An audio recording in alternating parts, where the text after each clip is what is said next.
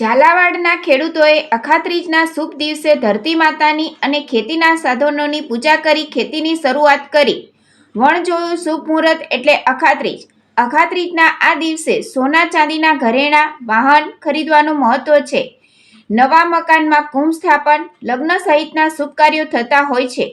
ત્યારે લખતર તાલુકાના ખેડૂતોએ અખાત્રીજના શુભ દિવસે ધરતી માતા, બળદ, ટ્રેક્ટર, હળ તેમજ ખેતીના અન્ય સાધનોની પૂજા કરી ખેતીની શરૂઆત કરી હતી.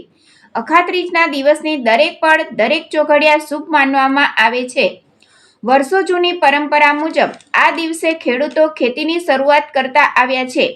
લખતર તાલુકાના ખેડૂતોએ આ પરંપરા જાળવી રાખી છે. પહેલાના સમયમાં બળદ અને લાકડાના હળનો ઉપયોગ કરીને ખેતી કરતા હતા. આધુનિક યુગમાં ટ્રેક્ટર આવી ગયા છે. સમય બદલાયો છે, પરંતુ હજુ પરંપરા અકબંધ છે.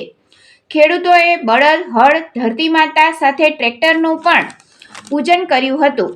ઉગમણી દિશાએ પૂજન અર્ચન અને ધરતી માતાની આરતી કરી શ્રીફળ વધેરી એકબીજાને ગોળ ધાણા ખવડાવ્યા હતા અને આવનારું વર્ષ સારું આવે એવું કુદરત ખેડૂતો પર મહેરબાન થાય તેવી પ્રાર્થના કરી હતી.